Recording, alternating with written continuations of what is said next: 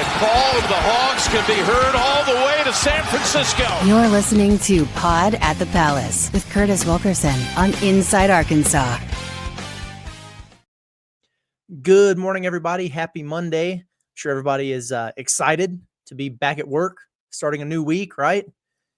But is it really even a new week or just more of the days of our lives, otherwise known as the soap opera that is Arkansas basketball so far here during portal season?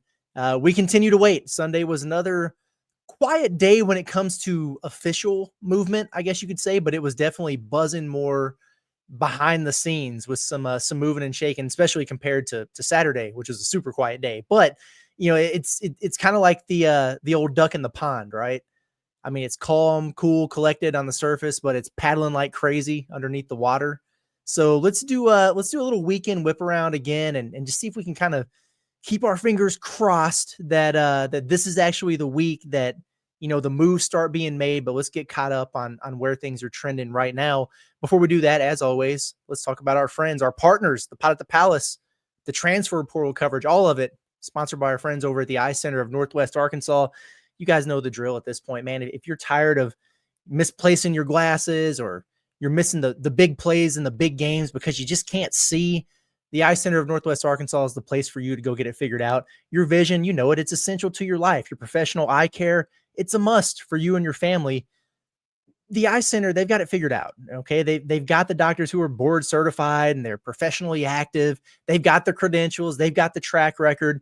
But their patients talk about how caring and friendly they are. I can attest to that firsthand right there. They give you kind of the blend of both worlds, right? You get the best of new vision care technology. You also get that old-fashioned personal attention that I think is lost sometimes nowadays. They've got some cool stuff that they can offer you. For example, the custom cataract surgery and custom refractive lens exchange surgery, they can do inside their clinic location right there in Fayetteville. They also offer free screenings for those of you who would be interested in having that refractive lens surgery, anything like that you might need. Vision's feeling weird. You feel like you need some glasses. You're looking for a new optometrist, whatever. That's the place to go get it figured out. If you or someone could be interested, you can give them a call at the Eye Center of NWA today, 479-442-2020. Schedule an evaluation, or you can check out their website at www.eyecenternwa.com for more info. Okay, let's get into it. And, I guess at this point, we got to start with the sadness, unfortunately. And it's not official yet, okay, but I feel like my hopes and dreams of seeing the namesake on a Razorback jersey, it got a splash of cold water on Sunday thanks to a Trilly bomb to Indiana.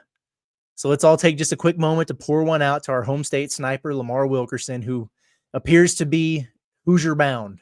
A moment of silence, please. Thank you. No, in all seriousness, guys, like it sucks because I really do think he would have been a great story, right? I mean, the homegrown talent who worked his way from Ashdown to junior college to a mid-major to a Hog, and he could have filled that sharpshooter role that you feel like Arkansas just so desperately needs. But, I mean, at the end of the day, cool stories don't win championships. And I, too, have heard the rumors of a pretty hefty asking price that he had in terms of NIL. And maybe Arkansas needs to allocate those resources elsewhere, right? I think there's probably a reason, too, that, it doesn't appear that there's been a committable offer put on the table from Arkansas. Look, man, at the end of the day, I'd love for him to reconsider because I think it would be awesome. And I meant what I said yesterday about Arkansas having old guards and the importance of that if you're trying to really, really make a super deep run in the tournament. But it's hard not to trust John Calipari's assessment of backcourt talent, given his track record, right? Like, who are we to really question it there? So it is what it is. And if Lamar does wind up off at to Indiana, best of luck to him, man, for sure. But the question is, what now, right? And I know that it's been stressing everybody out, and I get it. It's been stressing me out too. If it's getting to you too much, you got to, get in touch with our friends over at Basis Health, right? And you guys remember them. They're changing the way that healthcare is delivered by providing that mobile medical visit at the comfort of your own home. It's new, it's unique, it's innovative, it's cool. A doctor will come to your home for urgent care, primary care, IV hydration, and more. Basis Health, they're here for you when you need them the most. Learn more, basishealth.org today. Yeah, I mean, what's next? Listen, I think that the logjam, I guess is what we should call it for lack of a better term, it still sort of exists on the perimeter, right? I mean, there's a lot of dudes, a lot of mouths to be fed right there. One of two things I think needs to happen if we're really being serious about adding a piece to the backcourt. And when I say backcourt, I'm talking perimeter play, like the 1, 2, or 3, right? Your guards or your wings. One, someone leaves, right? I mean, that's the easiest way to open up the door. DJ or Carter or Billy. And I think we all pretty much understand it. I mean, it feels like DJ is the most likely of that trio to test those portal waters. We'll see if he does. I think that ball is in his court right now, honestly. Like, he's got to decide what he wants to do. Does he think there's greener pastures? Would he be comfortable with a different role at Arkansas? Would he even really be asked for that? I know that's kind of the thought, that the ball would be in his hands less and maybe not as many minutes. I mean, he may have thought that coming into this year too, and then look what happened. So we'll see what he does, and hopefully that decision comes sooner rather than later. But that's part of it. That's one factor. Until he does make a move, though, if that's what he chooses to do, I don't want to spend too much time talking about the alternatives there. So we wait. And when that time comes, it'll give us a whole episode of stuff worth to talk about, right? New material. But two, and what I want to focus on today, the other caveat, if we're looking at adding, to the backcourt, to the perimeter, it would be a talent that's too immense to pass on, right? Which seems to be where the smoke is at right now at the end of the weekend. That's right. I'm talking about everybody's favorite freshman, Nate Ament, right? Yes, Arkansas is still pursuing heavily. No, he does not have a commitment date set yet. Who knows when that will be? But the truth is that we know John Calipari loves him some freshmen. That's not groundbreaking. This is not a secret. And he is infatuated with the Mint and his talent, his potential, what he brings to the table. And when he fixates on something, he's going to go all in on it. And I think that's what we're seeing here right now. And we have confirmed that inside the building, at least as of late Sunday evening, there's an increased sense of optimism in the potential to land him and get it done. Now, pardon me if I'm a little bit, hesitant given the way that this has worked. But that's where the vibes are at. Okay. So my take really is it's the same as it has been with Nate. If you can get him, do it. Right? If you can get him, do it. As long as it doesn't wipe out your NIL in the process, which, based on some other developments we will talk about here shortly, is not the case. It ain't my money, so I'm all in if that's what you want to do. Now, he does need to make up his mind, okay, and get on board if he's going to get on board. It's nothing personal when I say that, okay? I think it's for the best interest of the program. The sooner he makes a decision, the better, right? But if he's really trying to wait to see how his contenders attack the portal and build the roster before making a decision, I'm not saying Cal will operate this way, but if it was me, I would go ahead and approach it as if he's not coming here. And then he can figure it out from there. And you can figure it out from there if it winds up being the case. I'm not saying go load up and pass up on him if he calls you and says, yo, coach, I'm in. No, I'm not saying that at all. But what I am saying is you can't just wait and assume and, then be left there looking crazy. I mean, it's hard not, and it's very different situations. I understand that. Okay. But understand where I'm coming from when I make the comparison here.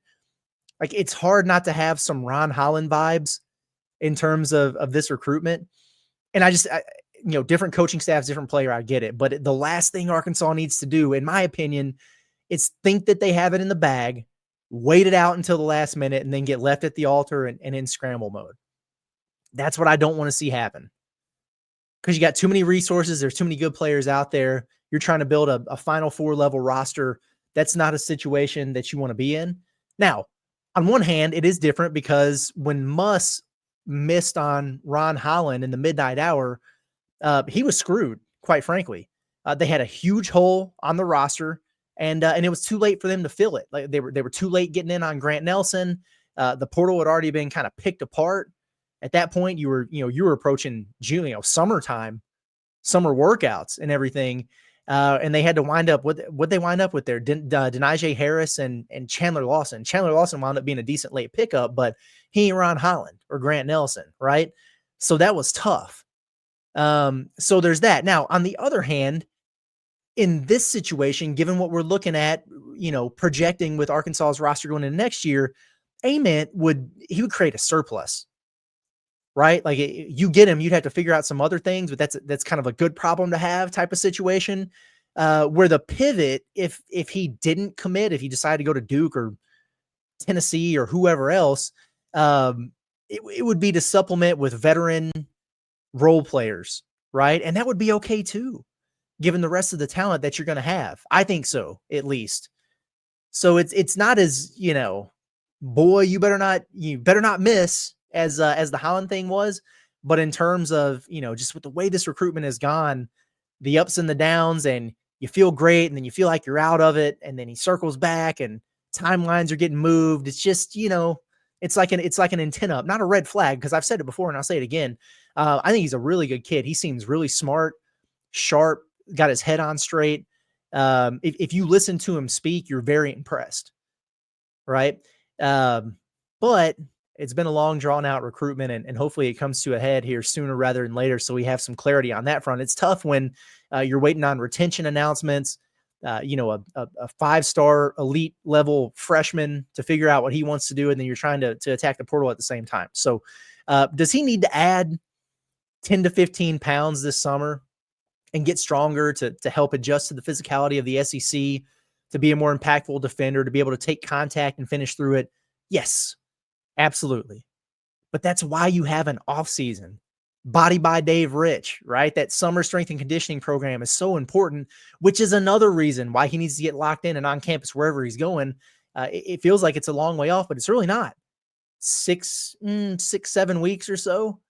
And then move-in is happening. It's crazy how quickly it sneaks up on you, but like end of May, and we're approaching the middle of April. So, I'm just saying. Now, does he solve your shooting problems? Because that's the biggest thing for me, right? Like I like these guys as playmakers. The complement of skill sets between, Darius Acuff and DJ if he comes back, and Malik Thomas's upside, and what Carter and Billy bring to the table. That's awesome, but you still need some snipers. I mean, we spent a long time talking about it yesterday. He certainly could. I mean, he was a 47, 42, 90 shooting splits guy. So that means 47% from the field, 42% from three, 90% from the free throw line. That's elite on the 3SSB, so the Adidas circuit last summer, and he's gotten better since that time. So, yeah, I mean, he's got that in him, but at the same time, I get it, relying on it to translate fully and right away without some roller coasters and some bumps along the way for a true freshman in this league. It's risky. Like there's no guarantees there, right? But what I will say is he's more than a shooter. And like I don't know if people realize or maybe are giving him enough credit for how skilled and versatile that he is as an offensive threat with the ball in his hands. He can do a lot. And I'm going to pull up, for those watching on YouTube, while I'm talking about him here, I'm going to pull up just a little highlight video from the McDonald's All-American practices, him going against the best of the best in his own class. And I think you'll be able to see a little bit of why he's highly regarded. So I'll pull that up here right now, but there's more to his game than just a shooter. I mean, he's 6'9", and we can talk about the weight. Like I see him on the recruiting services listed at 185. I've seen him listed as heavy as 215. It's probably somewhere in the middle. But if you watch him, he's a big guard, and he can put it on the deck. He's not the most physical in the world, but he can really get to his spots. He can create space. He can get his shot off. I like his game, and he's not a back you down under the rim post player, but you see him there catching it in the post. He can face up. He's got a good feel in there. Nice touch. The fadeaway is there. That's a little physicality, a little up and under, some finesse, mixed in. This is a talented kid. All right. So, and listen, let me be clear here, because I know I spent a lot of time talking about it yesterday. I am not going to contradict myself here. I think the pathway to cutting down the nets is easier to get to with old heads, with experience, with depth, especially in your backcourt. Being overly reliant on freshmen is part of the reason that, John Calipari drove people nuts at Kentucky, because you have immense talent. And then he said it himself. You got 18-year-olds who are running into 24-year-olds or whatever in the NCAA tournament. So for me, it's all about the balance there and how you supplement it, right? And so if you've got year 2 Carter and Billy, coming back, if you've got Trevin or Adu coming back, if you're able to add, some veteran presence in the backcourt, or if DJ sticks around, your older guys in the front, I think you can get away with having 2 or 3 really dynamic freshmen. But you don't want to be overly reliant on them. So that's kind of where I'm at with that. But there is no way in hell that I'm turning down a talent like Nate Ament if you can get him and have your roster filled out still. And if you put him on the floor, line up with, Acuff, Knox, Thero or TB and Malik Ewin. I mean, you ain't gonna have any problems putting in the hoop. and that's one of the things that Arkansas needs to improve on is that offensive efficiency. Oh, there'd be plenty of buckets to be had there. No doubt in my mind about it. So at the end of the day, we wait. But I'm thinking there's about 4 or so impactful additions to be had here. So you keep DJ or you get a replacement there. And we know that at this point, you get Nate Ament or an older shooter, sniper type of guy to fill a role that would be less than what he would play, frankly. And then your 2 bigs, minimally. And then obviously if anyone else leaves unexpectedly or, a dude goes to the draft or whatever, you do what you got to do at that point. But we mentioned the bigs. Okay. And so let's talk about that for a second, because it's starting to become a little bit more clear, or at least it's trending that way. You never know for certain, but we're starting to get a feel for where this thing might be headed. Nothing has changed on my end with Florida State's Malik Ewin as of Sunday night here. All systems go. I'll check again on Monday. Sounding good on that front. Then it's all about his running mate, which we talked about a little bit. So with Ewin, you've got the offensive threat, very skilled in there, good rebounder, not a lot of rim protection, maybe not the best defender in the world, serviceable, but you would think to complement him in the backup role, you would want the physicality, the toughness, the defensive presence, the rebounder, just a little bit of a different complementary skill set, right? So where are we at right now? Same that we talked about the other day, in the sense that I just don't know the guys that I'm seeing it with the Daymara out of UCLA.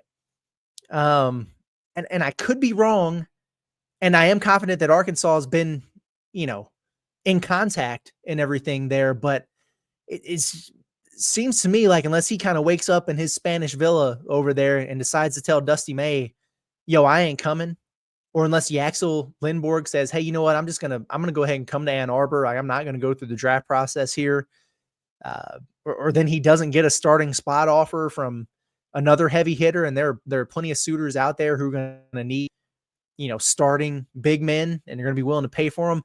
Arkansas it feels unlikely to me. And maybe I wind up being wrong. That's the pulse that I got right now. And I'm going to keep it real with you on what I'm hearing and what I'm feeling. But we'll keep our eye on that. Now, up next is a guy that we've talked about a ton, and the smoke really started to build up, and there's some real traction there that we've had confirmed and good reporting elsewhere on that, with Nick Pringle. That's right. Nick Pringle, the guy they said we never talk about. And here we are. We talked about him on day one, and now maybe it's going to become a thing here, and he's going to be our HD roofing and construction heavy hitter of the day. Right. And we know we've learned over the course of the past week, those storms, they can hit you unexpectedly. They can come out of nowhere. When that happens, be sure to contact HD Roofing for your peace of mind.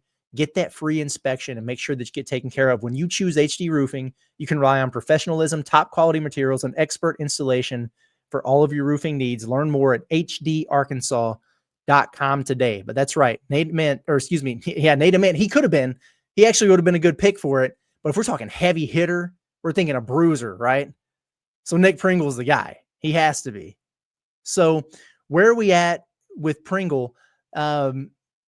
Basically, as we understand it here, physicality is the way that the staff wants to go alongside Ewin, if they can get that pair.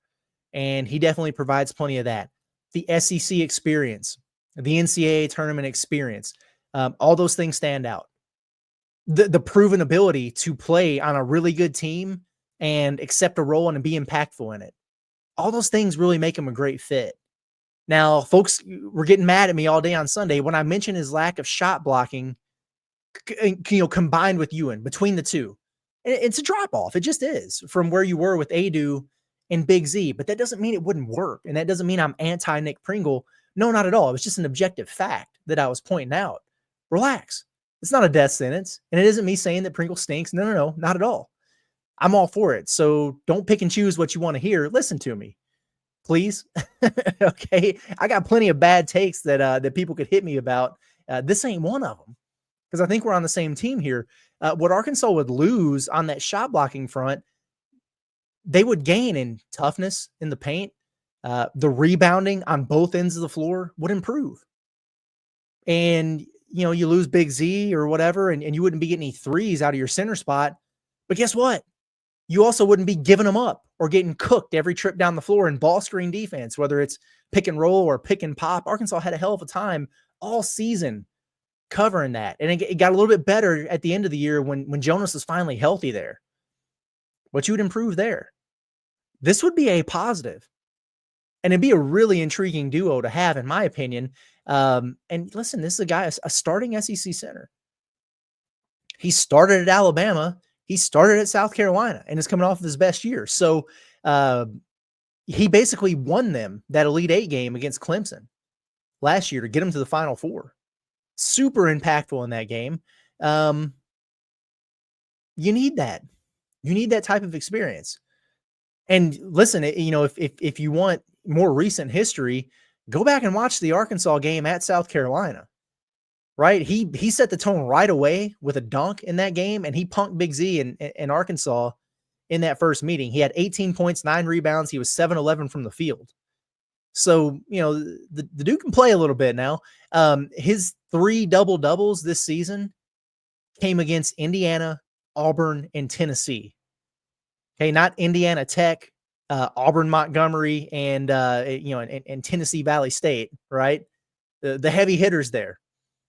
So let's think about that for a second. Who does double-doubles come against? So Indiana, that's Umar Ballo and Mackenzie Mbako and Malik Renew. Auburn, that's Janai Broom and Dylan Cardwell. Tennessee, that's Felix Okpara and Igor Milicic and Cade Phillips. That's pretty good, right? I mean, that's pretty good. We can work with that. Shoot, if they get it done, I'll be really excited about it. Especially if you had that pair. And then you had, theoretically, you could get Thero and TB back. I mean, my goodness, that's a pretty good front court. You would need a lot of shooting, in your backcourt, and that's something they'll have to figure out. But the 4 and 5, you're in a pretty good spot. So with Pringle, what I was told, and have this on pretty good authority, is that his NIL asking price to teams who were looking to get involved started at $2 million. That's a lot. Okay, that's a lot. With that being said, I do not believe that this is what he would be getting from Arkansas, or anyone, frankly. But that's where they wanted those conversations to start. So I think that it's more realistic. The duo of him and Malik Ewin would probably wind up being $3 million or less combined. And when you're rebuilding an entire SEC front court, not bad, right? Like I think that's something you can work with. Oh, anyway, and also, okay, listen, the trash talk with Pringle and Billy Richmond and Carter Knox and Malik Thomas would be epic. I mean, epic. And, I forgot that this was him, and I don't know if you guys remember this or not, but if you weren't tapped into Nick Pringle's Twitter, you really missed out the last few years. His opponent troll videos that he would repost and put out there at Alabama were legendary. Hilarious stuff.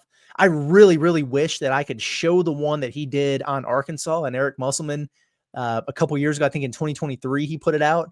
But it has too many movie and music references that I get hit with a copyright strike on our channel here, so I can't play it. But it's good stuff. It's hilarious. I need that.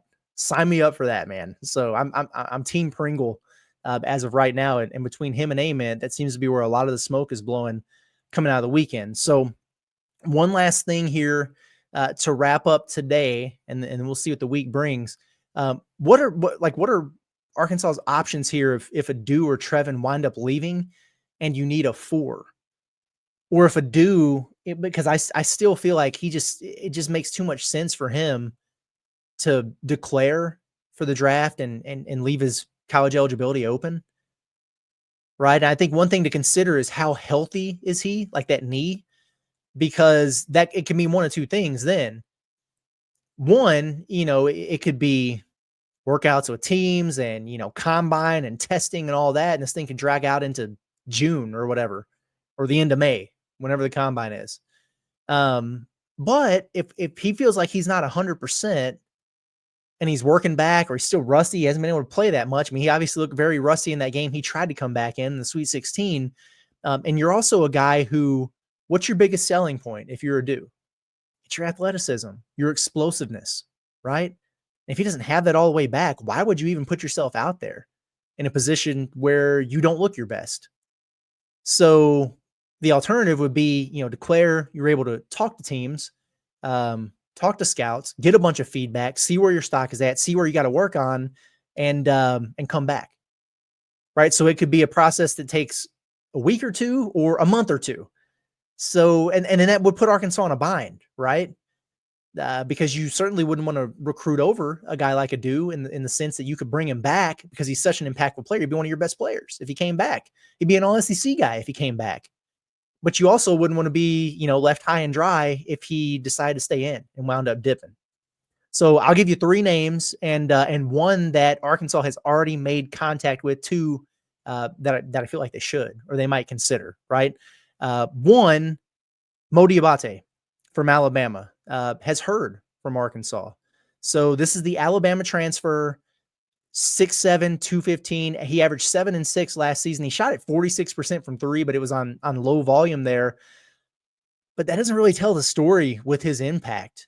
He's just got such a good feel for the game. Alabama was so much better, especially defensively, when he was on the floor as opposed to off of it. I just thought he made him better. And they might have had some more talented guys or, some more highly touted transfers or whatever. And you could do things where you could play Cliff Omoyuri and Grant Nelson or, big Jaron Stevenson, who's 7 foot and he can step out and shoot threes. But Diabate just got it done. I just thought they were better when he was out there. He's a beast. And I'm glad that Arkansas has reached out to him, and I hope they continue to push that. Now, St. John's wants him. Rick Pitino wants him, and Diabate's from Queens. So be on the lookout for that. But they also just got Bryce Hopkins at his spot, who's, potential preseason All-American type of player. It doesn't mean there's not a role there to be had for a guy like Mo, but, something to consider there. So that's one name. Another, and this is going to be controversial. It certainly was in some of the chats today, but the hog killer himself, Darion Williams out of Texas Tech has entered the draft and also the portal while maintaining his college eligibility. So he would be a guy who would be a potential late option available if, say, Thero declared and then wound up opting to stay in the draft. You guys know the drill with Darion, thick body boy. Okay, and I don't think that he's a pro just yet, but he's one hell of a college player who buried Arkansas in the Sweet 16. It's just a mismatch problem. He was 2 of 10 from three, but he hit a big one against the Razorbacks, but he shot it well from three all season. He gets those mismatches where he can drive by bigger guys and he can back down the smaller guys, and Arkansas ran into some problems there without having Thero fully available. He's good. And listen, he buried Arkansas in the Sweet 16. If you already beat him, join him. Okay. He could also very easily just go back to Texas Tech if he chose to, or he could be handed some lucrative offers. So the way I look at it when I think about this, and I don't know if they'd be interested in him. I know he kind of trolled Arkansas after the Sweet 16 game. I don't care about that kind of stuff. Nick Pringle trolled Arkansas after beating him a couple years ago, and I want that dude because of it. So that doesn't bother me that much. But the way I think about it is they've probably got upwards of $2 million in NIL that is allocated for Adu Thero should he come back. Well, if he doesn't,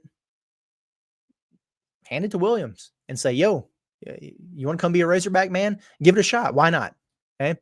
And this is a wild card here, just a guy that I'm high on in the portal. I don't know that there's a connection there or any reason that there will be. But Lawan Watts out of Washington State, I really like him. I think he's kind of a poor man's Darion Williams, honestly. Another thick body boy, 6'6", 235. You watch his film, I think you'll see what I'm saying. He's kind of that mismatch type of 3-4 combo player. Not super athletic, but he's strong as a bull, can score in the post, can drive it on bigger guys. He's just got a versatile game about him. He averaged 13 and 7, shot at 40% from 3 for the Cougs. So just an interesting player. I think I've heard him connected to Michigan State. I mean, like if Tom Izzo likes you, I like you, right? So just an interesting player. The other two I feel like make more sense, but the third one, if you just want to, kind of a random name to keep an eye on, if you hear down the road here, like, hey, Arkansas is attached to this kid, cool, awesome. But I still think the ideal situation is you wind up getting Thero and Trevin both back, and you only have to worry about it, right? So at any rate, there you have it. Where's the smoke right now? Malik Ewin, Nick Pringle, Nate Ament, and then we take it from there. We see what this retention stuff looks like, and my God, can we just figure it out this week, please? As I understand it, Billy, Carter, Trevin, I think they already know what's going to happen there. It just hasn't been announced publicly yet. I don't know what those decisions are, but can we at least get those? Like, I get it if a dude's trying to figure out what he wants to do with the draft. I think DJ probably needs to, go ahead and start getting into decision-making mode. But man, we've got to start getting some clarity here. We can continue to say it's early, but at some point it's just not anymore. And you need to start making some moves. You don't want to get too stagnant here. The national championship game is tonight, Monday night, Houston and Florida. It's going to be a banger, by the way. And then I think on Tuesday and Wednesday, and so not only that, okay, but you also have that House versus NCAA revenue sharing, hearing, vote, whatever you want to call it.